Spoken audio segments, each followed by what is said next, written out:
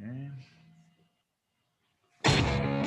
The radical, fundamental principles of freedom, rational self-interest, and individual rights. This is the Yaron Brook Show.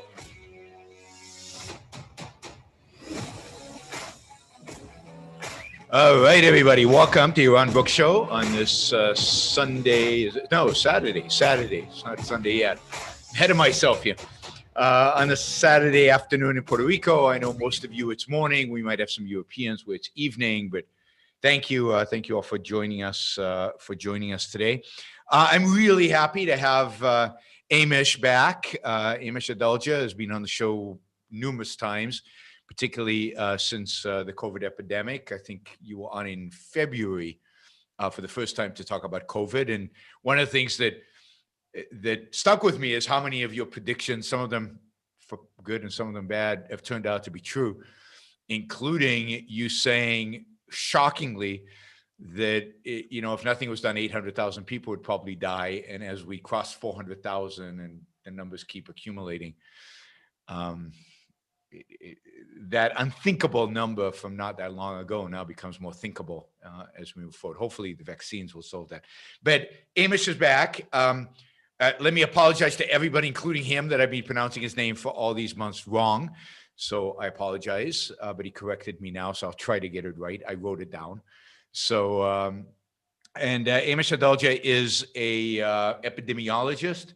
He is a senior scholar at Johns Hopkins University Center for Health Security. He is a practicing physician, so he has been treating COVID cases, firsthand experience. He has both the research knowledge, the academic knowledge, and the practical knowledge of what COVID has meant. So thank you, Amesh, for joining us. Thank you for having me. And I'm also a vaccinated person too, as well. Oh, you're vaccinated. Excellent. I'm jealous. We'll have to talk if there's any way I can get in front of the line. But I've got a trip coming up to Brazil, so I need to find a way to get vaccinated before I go to Brazil, given what's going on over there with COVID.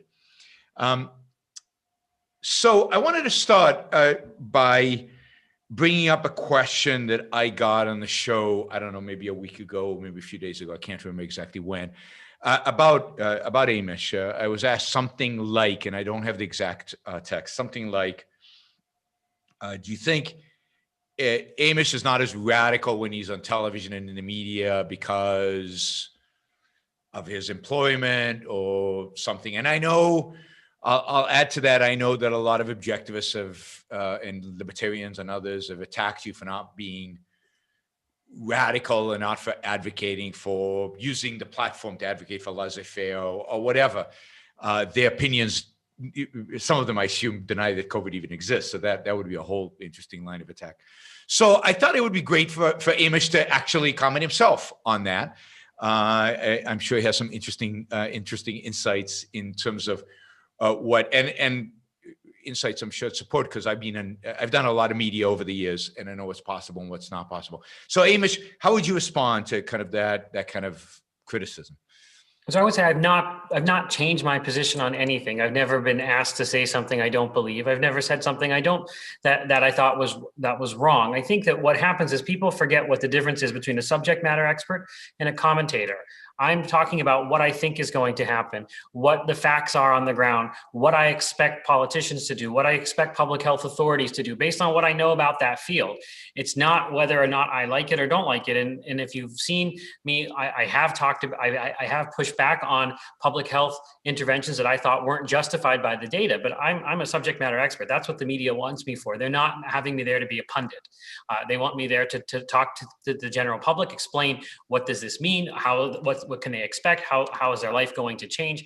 And I think I do that pretty accurately, even if I may not necessarily like what I've said. And I've written multiple op-eds in the Washington Post about risk calculation and not having this dichotomy between lockdowns and letting the virus go. I've written op-eds about how I think this should happen, what should happen. There's been some op-eds where I've had to take my name off, my title off of them because I was asked to take my title off of them. So it's not that I've done any of that. I think maybe some people don't realize that my position may not be their position, and they just assume I have some certain position that's identical to theirs, and it isn't. And I think that's part of it as well, because they assume I'm going to, I have great esteem for Dr. Fauci, one of my heroes, and that's not going to change. So when they ask me, why am I not criticizing somebody that I think because I have a good evaluation of that person. It's not true it's not my evaluation of that person. So I think that there's a lot there, but the thing is, and the other thing is that we're in the middle of an emergency, in a pandemic. So if I say something about, you have to remember that what these companies that are making vaccines, what drugs, they need predictability. That's what they need, number one. So if you're trying to change the entire system and make it this kind of ideal thing in the middle of a pandemic, just like pulling out of the WHO in the middle of a pandemic made no sense. All of that, there's time for that. And I've advocated for those types of things, these reforms before. But in the middle of a pandemic, if you change the rules, we're going to be in a worse situation than before. So I think that that's another important point to make, that there's a time and place to argue for those types of things. And there's a time and place to argue for what's going to get us out of this acute emergency right now. I mean, just remember, the ethics of emergency, that essay, that's what we're doing right now. Yes, I agree with all of that. So just a few questions regarding this. One, can you say who asked you to take your name off certain op-eds? My employer. Your employer. So that's a risk. But in spite of that risk, you've never said anything. Not to take my name, but yeah, just the title. So yeah. So it was just, they said they never said I couldn't write it. They just said, we don't want that. That disagrees with certain other people's policy here. Just like at the IRED Institute, somebody might write something and they would say, can you write that on your own personal thing? Because we don't want it to reflect, because it's not our position. And that's their right. So for example, if somebody in the media asks you, what do you think is going to be the impact of the lockdown in town X over the next 3 weeks? You would tell them what you think the impact is going to be. You don't view it as your job in that context to say, I'm against lockdowns. Right? Yeah, they didn't ask me that question. They didn't ask me, do you think it's the right action? They asked me, what do you think will happen? So I'll say, this is what will happen with cases. This is what will happen with other things. Yes. Absolutely. And I agree with you completely on the emergency thing. And there is a time and a place to argue for, I don't know, dismantling the FDA or getting rid of the, restructuring the World Health Organization, which I think we both agree World Health Organization focuses on all the wrong things instead of what they should be, which is on these kind of things, these kind of issues. But in the middle of something like this, it's not the time or the place to be advocating for these kind of issues. And you see this in every realm. It's not, if somebody asked me tomorrow, if I got a media thing about Robinhood and they asked me about Robinhood, would that be the right time for me to go and articulate what a free market brokerage system would look like and a free market stock market would look like, and there wouldn't be a Robinhood in that kind of a market? No, they're asking me about that specific issue. So absolutely. It's almost like you're on a city bus and the city bus has no brakes, and you want people to argue, well, the city shouldn't really be owning buses. Well, I'm saying, we need to fix the brakes. We need to inspect these buses. That's basically what the analogy is. And I think people lose that. Yep. I agree completely. So yes, I commend you. I think you've done some heroic work. And I know how many interviews you've done for a year straight. It's pretty amazing. Plus a practice. Plus keeping up with all the info, it's truly stunning how you've managed to juggle all this and still keep your composure on the media. So congratulations. I mean, you really. Thank you. Yeah. So okay, so I got an ask from actually the show is sponsored. It's sponsored by Matt. I'm not going to give his whole name because I don't know if he wants me to. I think he's here on live, and this is kind of the topic as he defined it. He said it would be great to do a show or maybe several shows to take a hard look at what constitutes good objective scientific studies, how to evaluate various claims about scientific questions like COVID-19 and masks and treatments and such. An ideal preferred approach would be a combination of lecture discussion about this topic combined with a concrete analysis of a study or two relating to, for example, COVID-19 and mask efficiency or quality of COVID-19 vaccines. So that's a big ask, particularly if we're going to go through actual articles. And I have posted the articles that I think Amesh is going to be talking about on the show. I've posted it in the comment section below, so you can open them up and look at them. And I don't know how much in depth we're going to get into these, but it seemed to me that Amesh was the ideal person to talk about this. I have done a little bit of stuff on my show about just statistics, which I know a little bit about, and how particularly doctors have used statistics in bad ways, partially because they're not trained in them, and partially because I think they have other agendas going on. But statistics is hard. But, so part of the analysis of any paper, any study in the world in which we live in has to be, are they using the statistics right? And I've done a little bit of work on that. But what I want to do today is take an issue where Amesh is actually, I think we can say you changed your mind about. I would say that I revised my position. I think that from the beginning, yes, I can explain that whole evolution in my thinking. Yeah, so let's do that. Why don't we explain that and use the studies, these 3 papers that we've got. I assume they are here because they had some causal relationship to you changing your mind. Well, I think they kind of summarize there's a lot of the background to what happened. So I'm going to start. I'll just start going. So let's talk about masks. So from the very beginning, everybody has said, if you're symptomatic, meaning if you've got cough, fever, sneezing, sore throat, you should be wearing a mask if you have to be around people. That's always been the case for symptomatic people. The question with masks came about, do you need to wear a mask if you're an asymptomatic individual, somebody with no symptoms at all? And initially, the recommendation of not just me, but of basically everybody was no.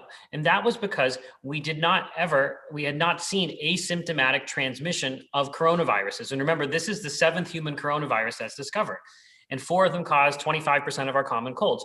We'd always seen people transmitting when they were symptomatic. And that's an easy way to, then you say, if you're symptomatic, wear a mask. If you're not, don't, because you can't transmit. And that's the case for Ebola. So take Ebola, for example. You cannot transmit if you don't have symptoms of Ebola. That's really, so that's something we all thought based on what we had seen. The context was all these other coronaviruses. And that's why that recommendation came. Early on, you started to see some anecdotal reports coming from China about maybe this person was asymptomatic, but there was always some flaw. Well, maybe that person was the case in Germany was taking Tylenol because she thought she was jet lagged. I'm like, well, that's not really asymptomatic. It probably wasn't jet lag. It was probably COVID. Or they were in the same place and they might have touched a contaminated object like a pen. So there was all these ways to kind of discount that. But over time, it became clear that asymptomatic transmission or pre-symptomatic transmission was occurring. And if that was the case, that meant that, and we're in a situation where you have no way to know whether you're infected or not, because you couldn't test yourself. You can't test yourself and brush your teeth. And we also figured out that people with mild symptoms had no idea that the symptoms were from COVID. They thought, there were people that I had talked to said, well, I was at the gym yesterday and I lifted a lot of weights, and that's why I thought my muscles were achy, but it was COVID. So then it became a public policy issue. What do you do with all these asymptomatic, pre-symptomatic, and people who have symptoms that they don't realize are COVID? And that's how that mask recommendation changed. So we didn't have that evidence back in January, February. We had never established pre-symptomatic spread. If you look back at all of the interviews I did, or Dr. Fauci, or whoever it might have been, or even look in textbooks about coronaviruses, it was not there. The context of knowledge changed. And I think that's an important thing, is that it was contextually right what we said. I would have been arbitrary if I would have said to wear masks back then. But when the evidence changed, I had to change my position because knowledge is contextual and the context changed. And I think that's what people say, that we flip-flopped or that Dr. Fauci lied. It's not true. It's basically the context changed. And you read that section in OPAR about blood types. It's very similar to what happened here. And what we've seen. Let me just ask, in terms of symptomatic people, so people with symptoms, was it well established? Has it been well established for a long time that symptomatic people, if they wear masks, are less likely to infect others? Yes, because I see people making claims that no, masks don't help and so on. Well, so if you're symptomatic, that's a no-brainer basically, because it's a physical barrier. It stops respiratory droplets. Yeah, I've heard people say things like the virus is too small to be stopped. The virus isn't naked. It doesn't come through those. It's in a respiratory droplet. Just sneeze on your computer screen right now, everybody watching, and see what you see. That's where the virus is. It's in those big droplets. That's what we're talking about. There are certain pathogens like tuberculosis that are very small. They get suspended in the air and you need a special kind of mask for that. But for these types of respiratory viruses, the primary transmission is large respiratory droplets that you can see. They fall to the ground under the action of gravity in about 6 feet or so. So a barrier that stops the kind of droplets that we get when we sneeze is going to stop at least a significant percentage, an overwhelming percentage of the viruses getting out there into the air. Yes, they're not ironclad. There's going to be, and it's not a substitute for, you shouldn't get a false sense of security that you're wearing a mask that you can go into a mosh pit at a punk rock concert during COVID. So that changed. And then at the same time, in some of these studies that you have in there, I think are useful. So if you look at the one, there was both Goldman Sachs and the one in Health Affairs, they both, what they did. Now, this is an important way to think about. It's just not, so there's lots of studies that came out. Places that had mask mandates, cases went down. But you just can't say that because other things were going on at that time. It was not just mask mandates. It was stay-at-home orders. It was restaurants closed. It was schools closed. It was everybody teleworking. So you've got to control for that. So that's an important point of when you're looking at a scientific paper is, are they controlling for all of these other variables so that the only thing different is the mask mandate? Then it's even more than that. You have to also know, were cases going down before the mask mandate, and then all of a sudden the mask mandate come and they went down. You have to control for that as well. So you have to control for the time to see when the event occurred and where it was in relation to the trajectory of cases. So you have to look back and say 5 days before the mask mandate, cases were doing this, they were going at this rate, and now they're at this rate. All of that was what was important to figure out what was going on in these studies. And that's how you evaluate a study. It's not an anecdote, and it has there's a lot of statistics, and you're right, many physicians don't know that much about statistics, but if you're in academic medicine or if you're in epidemiology or in public health, statistics are kind of the bane of your existence. You have to get very good at understanding it because you can manipulate data, can look completely two different ways if you don't understand what statistical tests were done. So that's what happened. We had this biological knowledge, new knowledge about coronavirus. Then at the same time, we saw mask wearing go up. And in places where it went up, where cases were going up, they went down, or and compared to places where they had all the other restrictions except for masks, then it was really clear that this was happening. And that's why the position changed. So yeah, I read the Health Affairs article. I was interested in it because it does what's called an event study, which is a particular way of doing statistics about these exactly kind of things. When something changes, what impact does it have? That's an event study. And I used to do event studies in finance all the time. So actually my dissertation is one big event study. So I found it interesting. So I went to the appendix and looked at the stats and looked at how they composed it, and they do a good job. I mean, it's a good study in that sense. So there's a lot of knowledge that goes into putting a study like this together. But one of the things that confuses the layman is you get studies, and then you get studies that say the opposite, or you get studies that are more ambiguous. How do you tell which ones are meaningful and which ones are not? How do you make that estimation? And is there any way for a layman to be able to make that differentiate? One way to do it is just to try and what I do is I kind of make a chart. I compare them in my mind. So I'll say, okay, so let's move from masks to think about a treatment.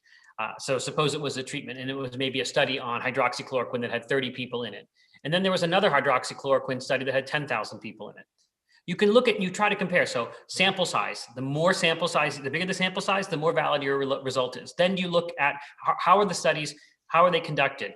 Were they both the same? Were they both randomized double-blind controlled trials, or was one open label, one not open label? Was one double-blind, wasn't double-blind? What was the control group in each arm? What was the inclusion criteria of the people? Was the trial where things looked bad? Did they use 75 years, the average age 75, but where it looked good, it was 45 years?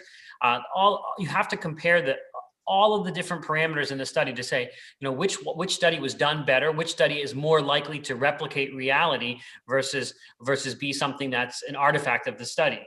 That's kind of what I do is I look at all of those parameters when I'm looking to see if I see something that's differing. Is there another explanation for why this is differing other than you're all mixed up? And I think often you'll find that the studies were done very differently, and that's usually what you can find. And I think many people don't. That's definitely what happened with hydroxychloroquine, with no control arm. And remember, people get better with COVID. So if you give people hydroxychloroquine and they get better, and then you say that was hydroxychloroquine, that's not the case. You need a control. That's why you need a control arm. So some of those early studies did that, and you couldn't. And they were reporting these wildly great success stories, but there was no control. So there's no way to know that was true because many of those people would have gotten better anyway.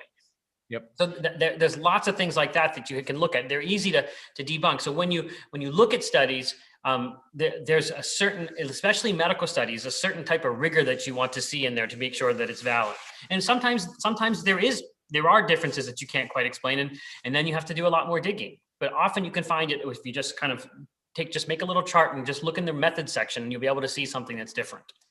Why do you think, and maybe this is outside of kind of a purview, but you know, when you look at medical studies, for example, with regard to nutrition and things like that, you get such divergence, and some of these studies are big studies with a lot of data, and yet you get huge divergence in terms of results. And again, for the layman, it's so hard to tell what advice you should follow. So nutrition studies are very hard because there's a lot of what I would call hidden variables. We don't have the biology yet, because it's there. We don't know, is it fats, is it carbohydrates, is it sugars, is it calories, and then what's the impact of the microbiome, the bacteria that live in your body. All of those are completely kind of hidden to us yet. So that's why I think you see disparate, because we're sort of in the infancy of understanding all of that. And I think that the explosion of the microbiome has really thrown everything upside down. And that's probably going to be the answer. I think if you were to ask me off the cuff, I might not be as accurate I was about COVID-19, but I think it's the microbiome. But that's likely why, because we don't understand enough about nutrition to know anything other than some very general principles. And make sure you have enough vitamin C or you get scurvy, or make sure you have enough vitamin D. Those types of things we can say. Make sure you eat enough calories so you're not malnourished. But I think after that, it becomes a little bit harder to know. I mean, there's certain things that are there's certain things that we have kind of the inklings towards, but it's very hard to say anything definitive yet. And that's why the food pyramid changes so often, because we still don't know. And nutrition is not something taught in medical school. There's not one nutrition class in medical school. So it's still kind of a black box, or even most doctors don't know unless they spend time trying to learn about it. If you guys have questions for Amesh, you can use the super chat. I'm not gonna try to pull them off of the chat. There's too much going on. But if you use the super chat, I'll ask those questions. So a lot of people writing about masks, saying, and I remember this in the early part of the summer, saying, yeah, everybody has now mask mandates, but look, cases are going up. When was it? In July, August, or whenever this cases really started going up. This means that masks don't work. What's the fallacy? What's the fallacy there? Because a mask mandate doesn't mean that people are actually following it.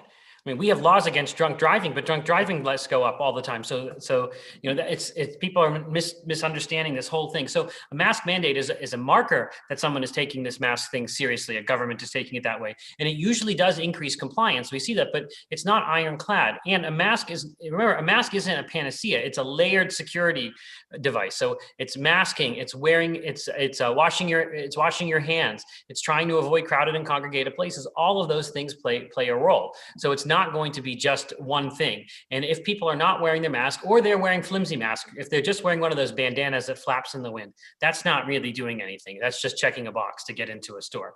So that's also something to remember. But I think that people just don't understand that masks were never meant to be a panacea. They were meant to be a simple, easy way to stop transmission once we learn what their role could be. And it's not always going to do that if people aren't wearing them. And some of the early studies, another reason why I was a little skeptical of masks is they had done mask studies on influenza.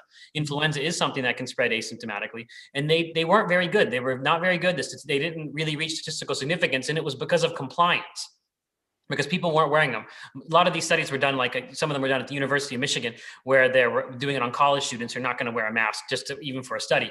So a lot of people just said they're not going to work because people aren't going to do them. But people did start to learn how to wear them appropriately and got better at it, just like in many of the Asian countries.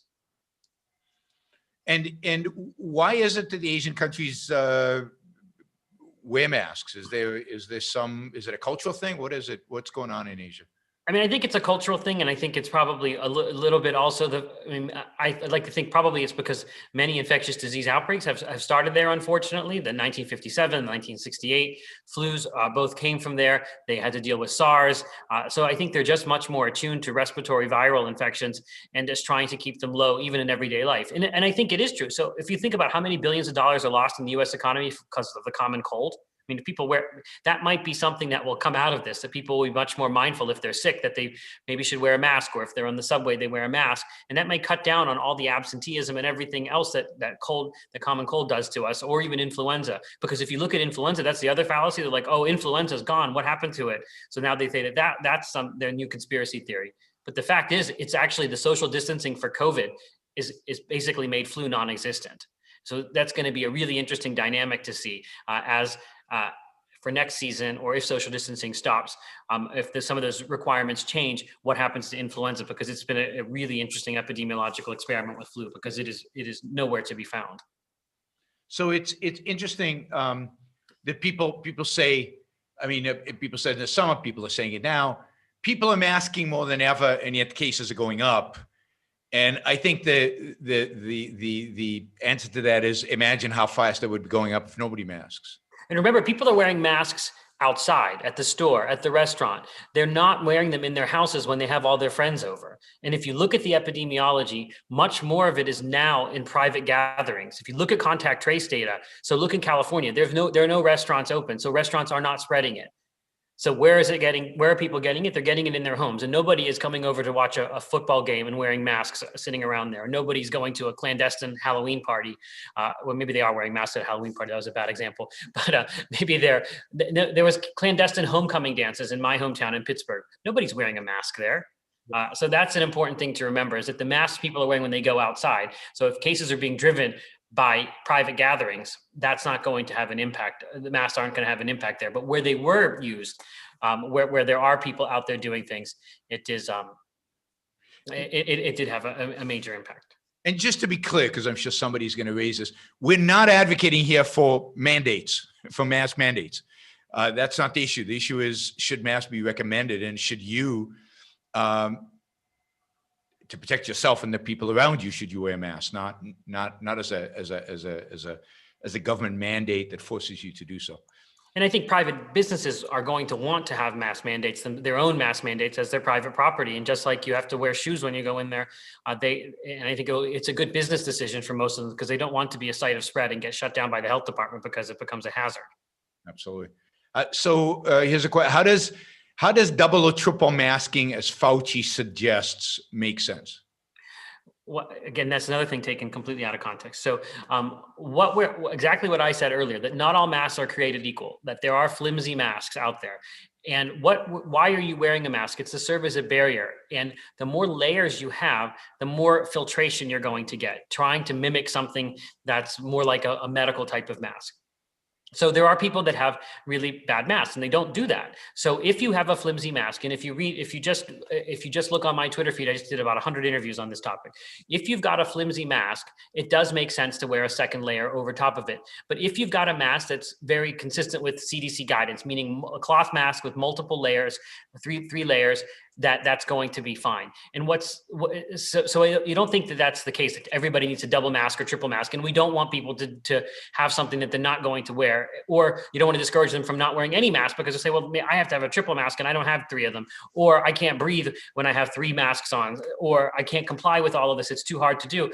That's not the case. If you've got a flimsy mask, maybe double up. If you've got a good one, that's fine. And there actually is a private group, the ASTM, which makes standards. They're actually making standards right now for masks for the general public. So there'll be a private label that says, this mask meets ASTM standards. And that's going to be very useful, because right now the general public has no idea, because the government regulates OSHA masks for working, and masks for healthcare providers, but they do not regulate masks for the general public. So there is no standard. And again, this is kind of that moral hazard, because so many people are looking for a standard, and that's kind of because there is no FDA standard for a mask for the general public.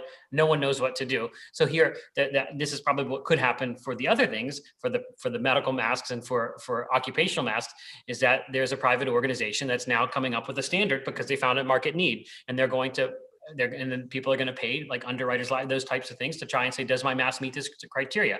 So this is the market figuring this solution out, and hopefully we will have standards for masks for the general public soon.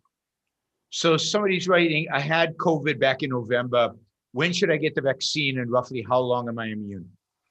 So you can get the vaccine now. We told people that got COVID to wait 90 days only because this vaccine was kind of scarce and we wanted people who had natural immunity to let other people go ahead. Remember, the impact, this vaccine is more about population health. If you look at how it's being rolled out, it's about decreasing the impact on hospitals. And if you look at nursing homes, if you look at elderly people, they're still the majority of people who are taking hospital beds, the majority of our deaths. So that's why there was this recommendation to wait 90 days. I would say you can get this vaccine now. The rollout is so bad that I'm just telling people, if you get access to it, go ahead and get it. It doesn't matter. It's because there's a good chance that your vaccine could end up in a trash can if you don't get it. So don't worry about cutting in front of people because that's not what the case is right now. It's so bad that it's basically every person for themselves. And we've got these vaccine scavengers, and they're actually serving a good role in the ecosystem here by making sure vaccine doesn't end up in a trash can and ends up in someone's arm.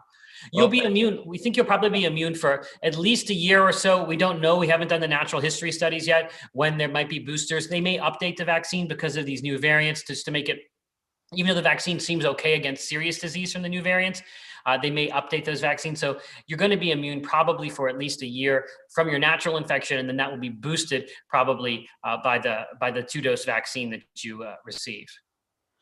So here's a question.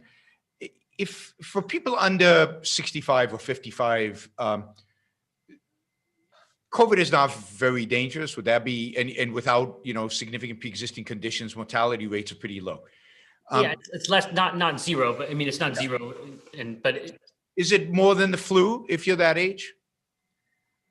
I would say definitely above 65, and I think above 55 probably it is probably more significant than below. It's not. So why should people below 55 worry other than their interactions with older people?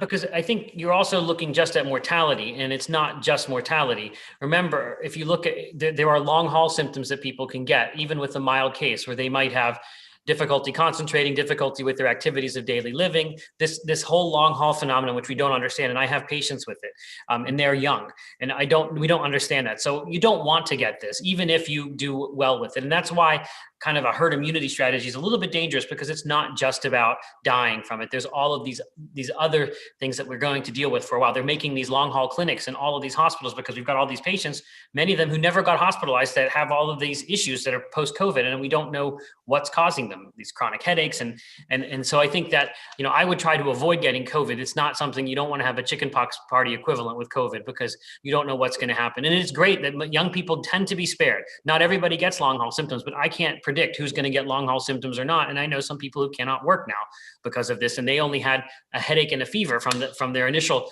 and then they just never got better. So what do you think of this Barrington statement, the one issued by, I think it's a group of libertarians? Do you know what I'm talking about? Yeah, I do. I don't think that herd immunity was ever an appropriate strategy, and not even Sweden did a herd immunity strategy, and they actually paid the cost for it the way they did it. I don't think that was the way to go about this. I think, again, I keep coming back to Taiwan. That is how you do it. Test, trace, and isolate, like you say all the time on the show. That's the way we won't even have, the fact that you're even thinking about herd immunity means you failed to contain it, that you have nothing else to do but just let it run wild and hope that it doesn't land on vulnerable populations. I think that's the wrong way to think about this. And I don't think that it's a good thing to have a whole bunch of people having long haul symptoms it's just, I think it just really doesn't reflect the biology of this virus, that even if it doesn't kill you, there is some group of people that are going to have chronic symptoms that you don't want to have. And that's not the way to go about it. And I think this is kind of a cop-out, because, I like Taiwan is like the nerdy kid in the classroom. They're grading on a curve, but they say, not that kid, because he just breaks the curve every time. That's what happened. And I think people don't even talk about Taiwan. They'll say, well, New Zealand's approach or Australia's approach, because you can't even mention Taiwan's approach because it is so far off the scales. 8 people, I think, died. That's like less than dying an hour in California right now. Okay, we got some questions. How would masking work if you're asking the impossible that absolutely everyone may wear masks? Well, we know not everybody's going to wear masks. I don't think anybody assumes it's going to be 100% compliance. But the higher the community use of a mask is, the less transmission you're going to see. So that's what what it's all about. It's just like seatbelt laws. We know not everybody wear. I mean, what we tell people to wear, whether or not there's a law, there needs to be a law or not. But when we tell people to wear seatbelts, we know not everybody's going to wear seatbelts. When we tell people to put carbon monoxide detectors in their house, not everybody's going to do that. But the more people do it, the less damage this virus causes. That's the point. And yeah, and if you could just reduce the numbers, maybe you could go back to a test, trace, isolate, because given the numbers, they've just overwhelmed the system. In the country as a whole right now, we're seeing a decline in cases. And there are a lot of people crunching this. And some of it may have to do with more immunity in the population, vaccine-induced and natural infection, but some of it has to do with people actually wearing masks more. So I do think it's actually having an effect that our cases are down, I think 33%, I think over the last, we were like 203, where I think where our cases are coming down, deaths are coming down, hospitalizations are coming down. So something is changing right now. And it's in the midst of these new variants that are already here. So something is going right. Hopefully it sustains. So if cheap home tests were available, wouldn't it help reduce the spread? I would certainly test before I went to the store and self-quarantine. Absolutely. I mean, this is one of the biggest failures of the Trump administration on this pandemic was not fixing testing. Countries that have implemented rapid testing, like Slovakia, for example, have seen massive decreases in cases. It works, mass testing. And there have been people that have been tirelessly advocating for it. Michael Mina at Harvard specifically, I did a congressional seminar with him. So there's even interest in Congress to fix this issue. It's just that we had a president who thought at that time, the more you test, the worse we look. And if we didn't test, it wouldn't be here. We wouldn't look so bad as if that's kind of a textbook example of evasion. And admitting that that's what it's about. So there was really a lot of blockades to getting tests out there. We do now have 3 tests at home. They're not the best because they're expensive. One of them requires you to get you get prescriptions, or you have to check with telemedicine, but it's there. That was basically the first, breaches in the wall with the FDA to allow these open. And I think that there are going to be more, and it's not just going to be for COVID, it's going to be for flu. It's going to change the whole paradigm. And I wrote a big report on this prior to the pandemic on at-home testing, which I've been advocating for. And President Biden, in his transition documents and in his speeches, he's explicitly said, we want home tests just like testing for pregnancy. So the president now embraces this idea. So I do think it's going to come. There's already a vending machine that's open, but it's not the perfect test. It's a mail-away test, but there is a vending machine where you can get mail-away tests. So things are getting better with testing. And I do think that President Biden and the COVID coordination team now, they're doing everything most of us advocated for from the very beginning. And maybe it's because a lot of us are on that, not me specifically, but a lot of my colleagues are on his transition. Good. Or on his transition and on his real team now. Yeah, good. So, yeah, I mean, I read somewhere that the FDA these tests can be cheap and are cheap, and the FDA just adds stuff like prescriptions, or one of the tests needs an app, and the app costs more than the tests, and it just blows up these are baby steps. It took over a decade to get the home HIV test with baby steps. So the FDA is just, you gave a good talk on this. The FDA, they get paid, they get in trouble when people die. They don't get in trouble for their incentives are the other way. The incentives are to keep it off the market if it's going to cause harm. Did we wait too long to vaccinate, or was the permitting process necessary, even if it would be done differently in a free market, of course? I think we needed to know, because especially with mRNA vaccines, which hadn't been tested before, we needed to get phase 3 data. And I think this is incredibly fast. There wasn't any holdup getting through phase 3 from the government. I think this was accelerated by Operation Warp Speed. So it was the opposite. I do think that, like I said earlier, that there has to be predictability. These companies are looking for signals from the FDA because that's the regular, that's what they aim for. So I think that process, I think there could have been, there's always ways to make it better. We could learn from the UK regulator, which was doing this on a rolling basis and had the Pfizer vaccine approved first.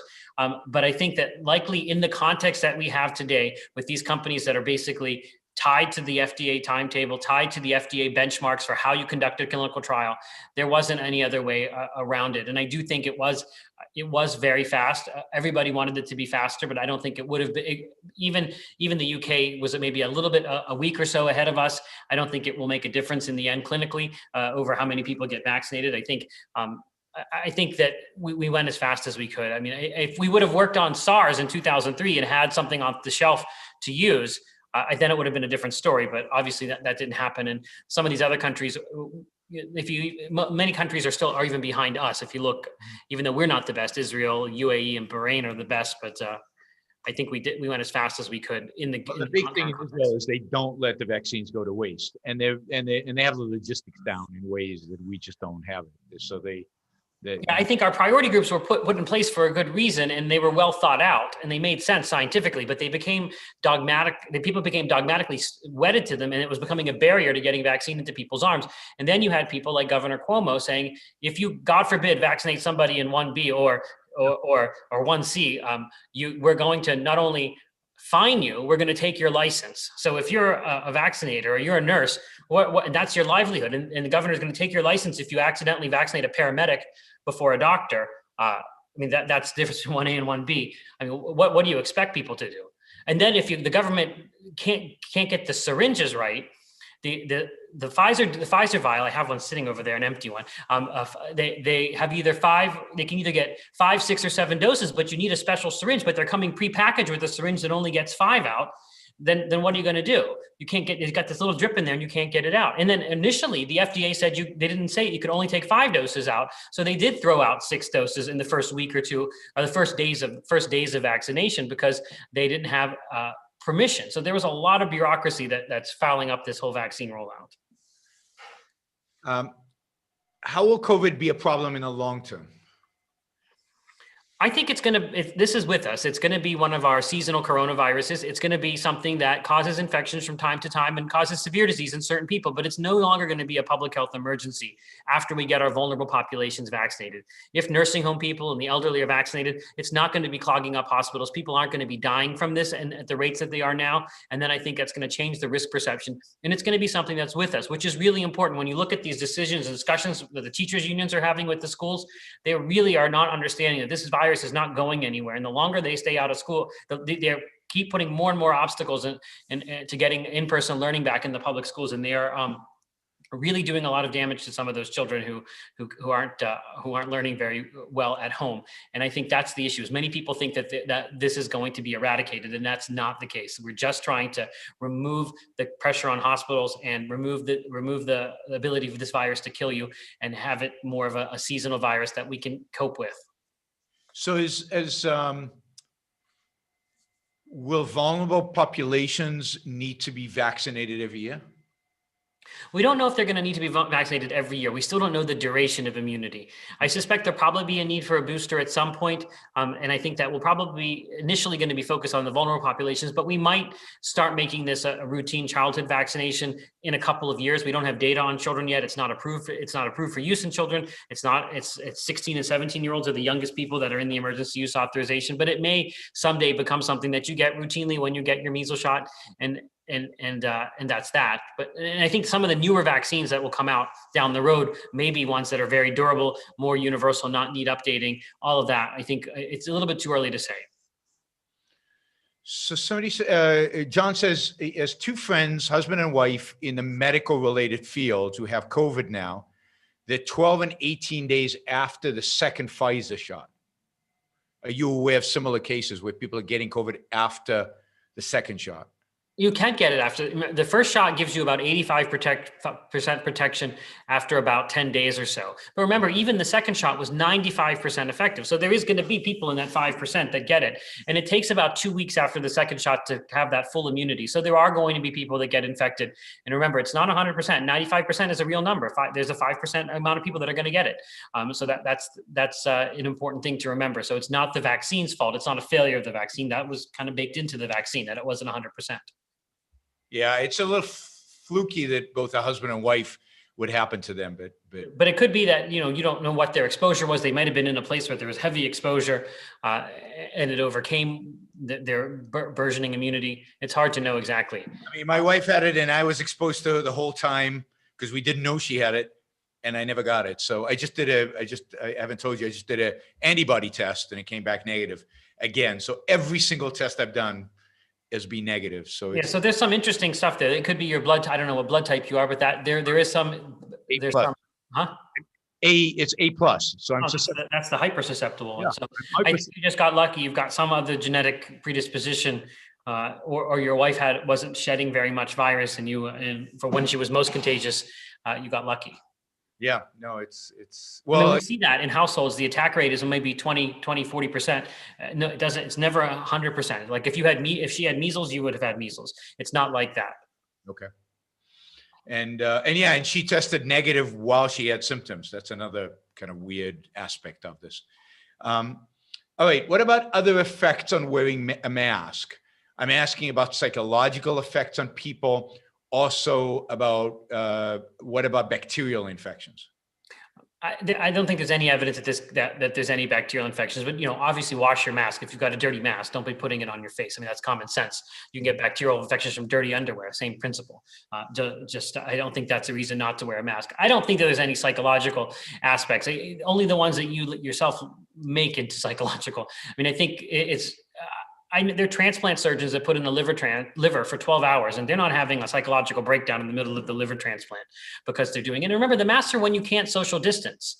Mm-hmm. If you're 30 feet away from anybody, then take your mask off. I don't think that people, it's not about, it's about when you can't social distance, using this to protect other people and yourself from getting infected. So if you're in those situations and you're feeling claustrophobic, step away from people and take your mask off. And I mean, you don't have the right to infect other people. That's the important point. And you don't know if you're infected. Maybe one day we'll have the ability to do these tests when we brush our teeth. So we'll know our status. So then you won't have to do that. And I think the mask mandates are going to lift as soon as we get to a better place. They're going to lift. It's not going to be something that they're going to be people that want to do it anyway because they've gotten used to it and they think it's valuable. But those are going to go away. And I think it's important that we give people hope for this, because these vaccines are as close to miracles as we can imagine. They are path breaking within 1 year. And I think that this is all going to change once we get more and more people vaccinated. What's the significance of vitamin D deficiency in COVID-19? So vitamin D is an important component of how to make your immune system function optimally. And we've known for a long time that people who are vitamin D deficient are more likely to get respiratory infections.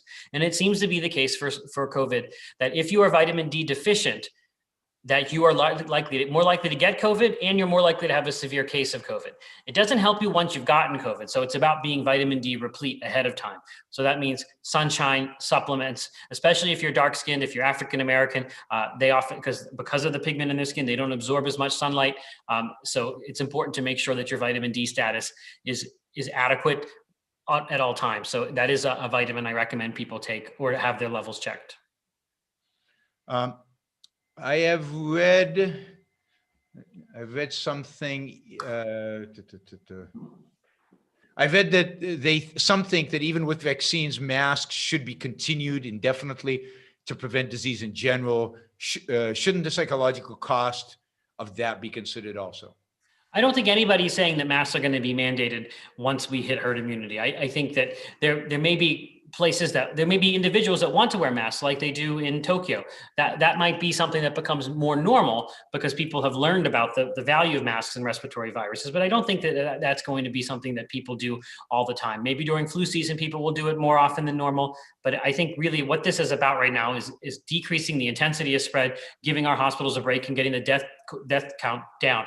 And it's interesting because nobody has worried about the Asian countries that have high mask wearing. They're not psychologically disturbed. I'm not sure why this is coming up now. Why aren't people, worried about people in Japan and in China and in Taiwan that wear masks all the time? What about their psychological health even before the pandemic? I mean, I think this is just kind of a strange thing that keeps coming up. How does the trace part of in test, trace, isolate actually work?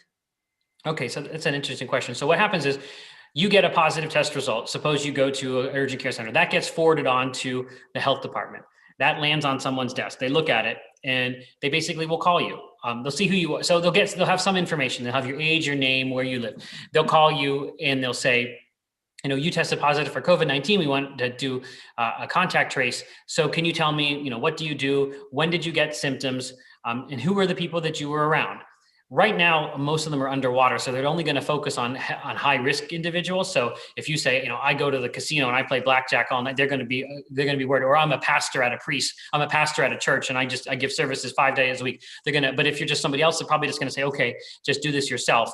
But what they do is then they say, what are the phone numbers of the people that you were in close contact with, 6 feet or less, for 15 minutes, or cumulatively over 15 minutes over a 24-hour period when you were contagious. So that's like 2 days before your symptoms started, or 2 days before your test result was positive, for 10 days. And they basically will call those people and say, hey, you are a significant exposure. You need to self-quarantine. Are you feeling sick? If you're feeling sick, go get a test. And then if you need to get a test if you get a test on day 5, you can end your quarantine at day 7. Call us if there's any questions. That's basically all it is. It's just to get people to know their status, because when people know that they've been exposed, most of them will do the right thing and try and minimize their contacts with other individuals. And I do so much contact tracing for people, just because the health departments are so underwater that I get phone calls all the time because they can't do it. And this is another failure of government here, is I don't know why these state governments thought that they could get by without contact tracing. And they didn't do it. And that's why we had the summer surge, the fall surge, all in the midst of not having enough contact tracers. Because I think I don't know psychologically what was going on in the governor's minds, all the governors saying, it's much better to shut things down than to actually hire contact tracers. I don't know where they made that decision to not build the public health infrastructure, which I think is, in many ways, is a core function of government, but rather let's shut everything down instead of actually doing the job that we were elected to do. And I think people need to ask their governors, ask their state reps and state senators what they did, because this makes no sense what they've done. It's baffling to me. And they had months to do it. I mean, I was convinced that by the fall, they'd get their act together. And even though the virus would come back in the fall, they'd have the tracing down, and so it wouldn't be too bad. But because they had all that time from March through, so you can maybe understand March, they didn't have enough time, it was unexpected, whatever. I don't think that's an excuse even, but by September, you would have think they would have hired tens of thousands of contact tracers and had this down. It's not like they are shy of spending money, right? It was strange because even my organization, Johns Hopkins, we made a contact tracing course so that you could certify for free, so that anticipating, and we said that the country needed to have 100,000 contact tracers. We actually did the study and published the study, my colleagues did, about how many contact tracers we would need in order to keep this at a sustainable level. Everybody got a lot of splash in the press, but not one governor actually did it. They tried to do a little bit of that in New York, where they were opening tiers of the state based on how many contact tracers, but they clearly didn't do enough. And I think they all had this magical idea, even just like Trump did, that this was going to go away, that this was going to be fine, and that they would be able to muddle through this. And then they ran into the same problem again and again and again. It's so striking how they can continue to make the same mistake and then not really be held accountable for it, or be completely throwing their hands up like, I don't know what happened. Of course, we know what happened. We told you what was going to happen. The virus wasn't going anywhere. So somebody's asking if you could summarize what Taiwan did that was so successful, and could it have worked in the US? So remember the WHO was notified of what was going on in Wuhan on December 31st, 2019. That's when Taiwan started taking action, because they didn't trust China. Because at that time, China said, there's no human-to-human spread. This is an animal thing. This is happening at our seafood market. It's under control. Taiwan basically said, we don't care. We don't buy that. That's what you guys said about SARS in 2003. And then we got crushed because you guys didn't tell the WHO what was going on. So what they started to do is immediately, and maybe Taiwan does have advantages because it is an island and they have one major airport in Taipei. So they were screening anybody that came from mainland China. They immediately scaled up testing. They have an enormous public health infrastructure. I was part of a team that went to Taiwan in 2013, 10 years after SARS, because just to evaluate them, because they're not able to participate in WHO activities because China doesn't allow them. So we went there just to look at how well their public health preparedness is, how their contact tracing is, how their CDC works. It is off the charts. It's something that they have embedded into their national security, because they're this island nation off the coast of China, worried about bioterrorism from China, worried about the bird flu coming from China, that they've really invested in. And like I always say this line, and everybody thinks it's a joke, but it's not. Their vice president has a PhD in epidemiology. And what does Vice President Pence, what did he have? I mean, very different things. So this is something that's embedded in their culture. And so I think it's much much more proactive, and they don't go through these cycles of boom and bust like we do in the United States. We worry about anthrax or bird flu or Zika or Ebola or H1N1. And then when it recedes from the headlines, it goes away. Nobody cares about it anymore. And then everything, all of this stuff declines. All the contact tracers, all the public health departments, all of those abilities. And that's not what happens at Taiwan. They're kind of at a steady level. It's sustained. That's what they did. They just took it. They take this threat seriously, and they invest in it properly. And they think it's part of their core function of their government to keep their citizens free from infectious diseases being transmitted from one person to another. And that's what they've done. And I think they're the success story. I think people should write about them and talk about them. They have concerts there now. It's just what else did they did? So they did it early. They screened passengers coming in. And then what did they do in terms of testing? How did they roll out testing, and who did they test? They just made it available to anybody basically who wanted to. It was just not a friction. I mean, even South Korea did that. You could just drive up and get tested. I mean, we today in January of 2021 still can't test like Taiwan and South Korea could about a year ago. We still can't do that. It still takes 3 days to get a test result back. And they did tracing and isolating, I assume. Yes. And then what have they done since? Because I assume, because airports are still open, at least to some extent, how are they stopping like this coming in from other countries? Because they've been exceptional at that as well. Using testing and quarantining of people when they come in. So they're, you're not even hearing much about the vaccine because they conquered this without the vaccine. It's interesting because the United States, the only way we get out of this is with the vaccine, because we will never be able to we'll never be Taiwan. It's just not possible at this point, and it probably never was with our leadership the way it was. But so I think that they're going to be the success story. And I think lesser success stories are South Korea, although they're having a little bit of cases now, Singapore, Vietnam. It's interesting where the examples, it was these Asian countries that really exemplified it, and all of the Western countries failed miserably, each one of them to a T. So Mark asks, if you can get N95 or KN95 masks, are they preferred over surgical masks or multi-layer cloth masks? So those types of masks are medical device masks, and I think a lot of people are wearing them. I personally don't think they're necessary for average use. Initially, we were worried about them pinching the supply from healthcare workers, but I myself do not wear an N95 mask. Even sometimes when I'm taking care of patients, I wear a surgical mask unless there's an aerosol generating procedure going on. An N95 mask is more effective. They're harder to wear, and that's the issue. Is remember, N95 masks have to be fit test. It's not one size fits all. There's a procedure. So if you get one that's poorly fitting, that might give you a false sense of security, and then you get infected, and then you're going to blame the mask people again that you got infected with the mask. So remember that. KN95s are the Chinese version of N95s. Just remember that those are much more uncomfortable to wear, and all of those issues of having difficulty breathing. If you've ever tried to run upstairs with an N95, I've done that before at the hospital because I forgot I had one on. That can be a little bit rough. So I tend to recommend people wear cloth masks and surgical masks. I think we will get to general public masks that have N95 filtration that are easier to wear. I don't know how necessary they're going to be, but there are companies that are making them. They're probably going to be expensive and fancy with lots of bells and whistles, like that razor mask. Google that if you're interested to see something, a high-tech mask. There's some cool stuff out there. All right, let's see a few others, and then we'll let you go. Can you and Dr. Adalja talk about the vaccines and whether people should be afraid of them?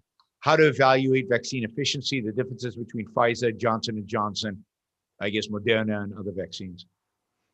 I can give you the little vials. If you give me 1 second, I'm going to grab it. I'll show you a vial. Just let me step away for 1 second. I'll show you the vials. So no, they're nothing. I mean, I think of them as souvenirs because they're so cool. This is I don't know if you can see the lights coming up. That's the Pfizer vial. This is the bigger Moderna vial. No, these are like treasures. I was so excited that I got these souvenirs. No, you shouldn't be afraid of these. These are, I mean, just like how you're on, hold up your iPhone. This is what I'm holding up. This is a great piece of technology that I think you shouldn't be afraid of. The data is very, very good on these. The phase 1, 2, and 3 in animal studies, these are very safe vaccines. You do get side effects from them. That's normal when you get a vaccine. That's how you know your immune system is working. But I don't think you should be afraid of them. This is the solution to this problem. And when you look at the trial data, there were no serious adverse events that were worrisome. And anytime you get a vaccine, there's a risk-benefit calculation.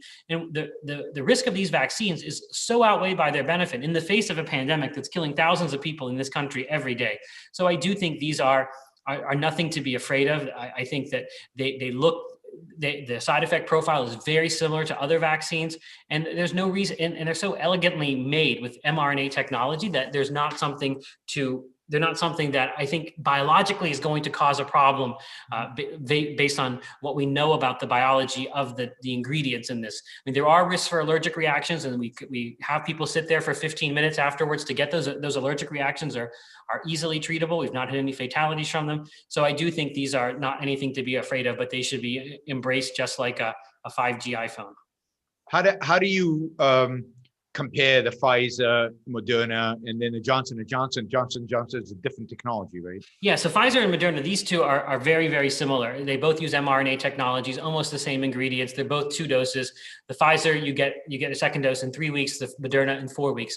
The Johnson & Johnson uses something different. It uses a common cold virus, an adenovirus. And what it does is they've engineered that adenovirus to express or deliver the spike protein from the coronavirus. So it's another vaccine platform, but it's using a different virus to deliver the payload, basically, and then your cells make it. So it's a little bit different, and it's something that Johnson & Johnson had done with their Ebola vaccine as well, which is something they're also working on. So this is a technology that people have been trying to use. So it's a little bit different, but again, it's not surprising that it went fast because it is a vaccine platform. It's not the old way of doing vaccines.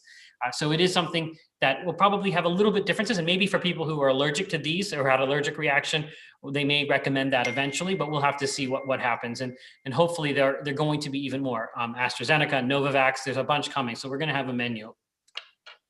How significant are side effects from long-term isolation?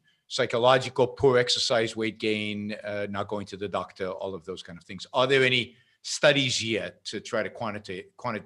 Well, I mean, I think there's a lot of anecdotal information. So, for example, we know that opioid use disorder went up, suicides went up, mental health care needs went up, especially when people couldn't go to group therapy or couldn't go to see their psychiatrists in person. They were doing it by telemedicine. All of that does have a toll, and I do think that's why we had to get out of this false dichotomy of lock everybody in their houses forever and everybody think that they're 21 and going to a frat party every night. That there's a way to behave responsibly here. And I think that's what risk calculation is about, that we wanted people to be mindful of their contacts. We wanted people to be careful when they're around people where they might be exposed, to wash their hands a lot, to wear a face covering.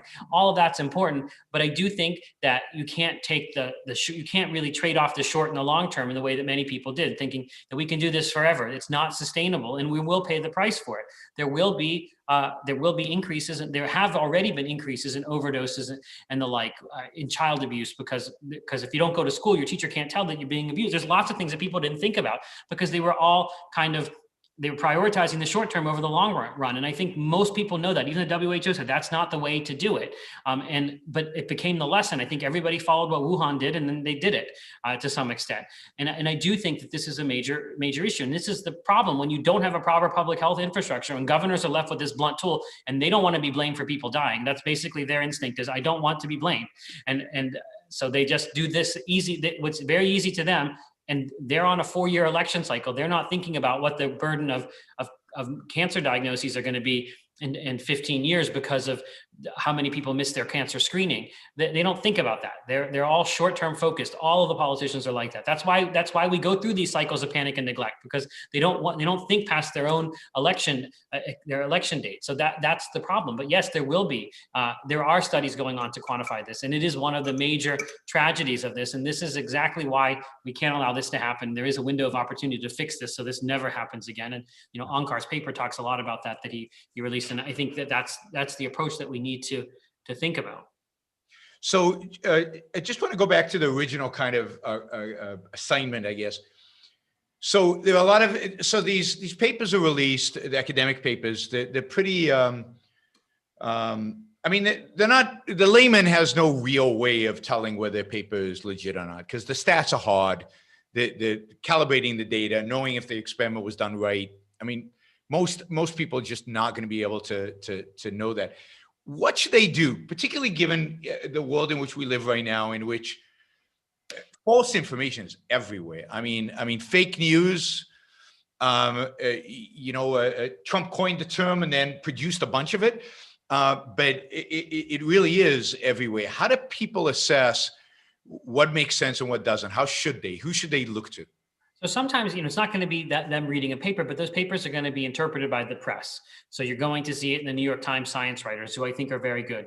There are science websites like Scientific American, Nature, Science Magazine, Stat, which is my favorite. All of them are going to interpret all of that. And they're going to have experts on both sides in their articles. They're very balanced. I think they'll say, this is what the problems were. This expert says there's this problems. These experts say this. And I think they try to synthesize it. So I know that people think that there's a lot of bias in the media, but it is those mainstream reporters like the New York Times that invest a lot in having appropriate science writers. So I would think looking at the New York Times science section, those types of places, and trying to find experts that you trust, experts that have been proven right, that aren't changing, that are able to at least have some accuracy in what they're saying. And when they change their position, they actually provide reasons for what they're doing and why it is. That's the type of person that you want in an expert. That's somebody that's not going to be infallible or omniscient, because you're not going to find someone like that, but someone that knows what they know, when they know it, and why they know it, and then listen to the way they interpret it.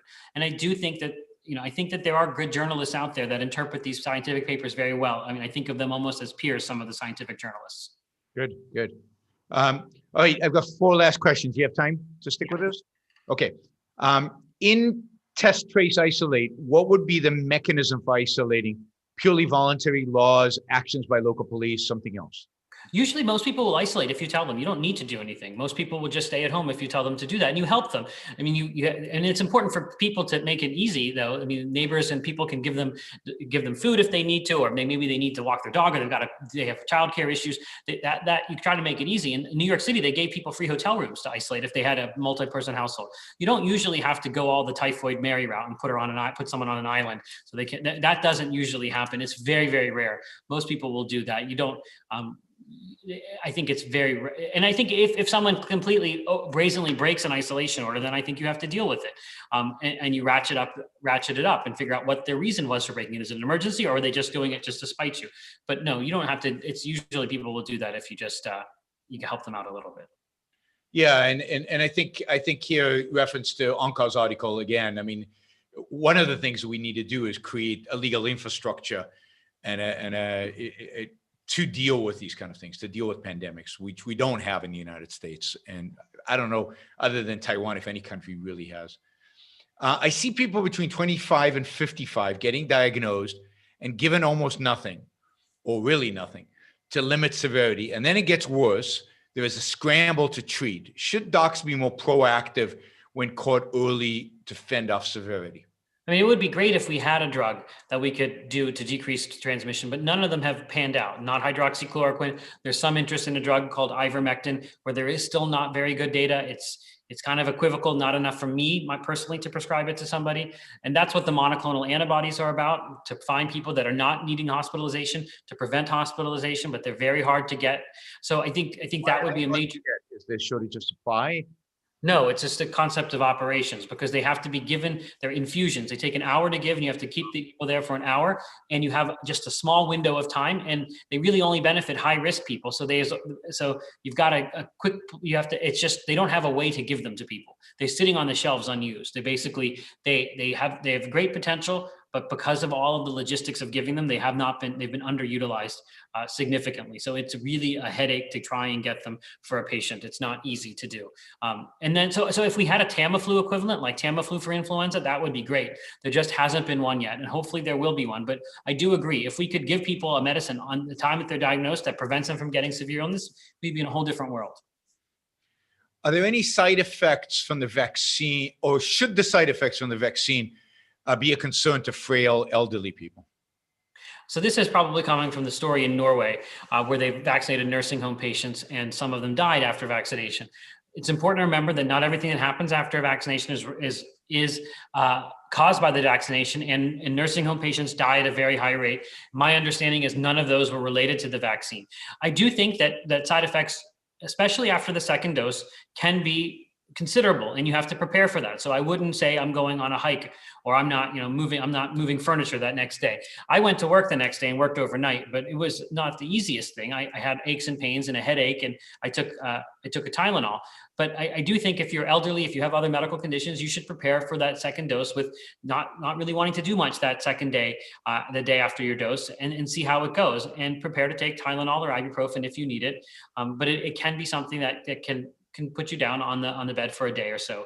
And hopefully the newer vaccines will not have these reactions. But I think for an elderly person, having a day on the couch with some muscle aches and pains and headache is much better than having COVID. Yeah, I mean, both my parents are now had their second vaccine. They're in Israel, and they tolerated it fine. My wife's entire family in Israel has been vaccinated, and everybody's tolerated it fine. So I've seen little evidence, although it obviously exists out there, that this is really damaging.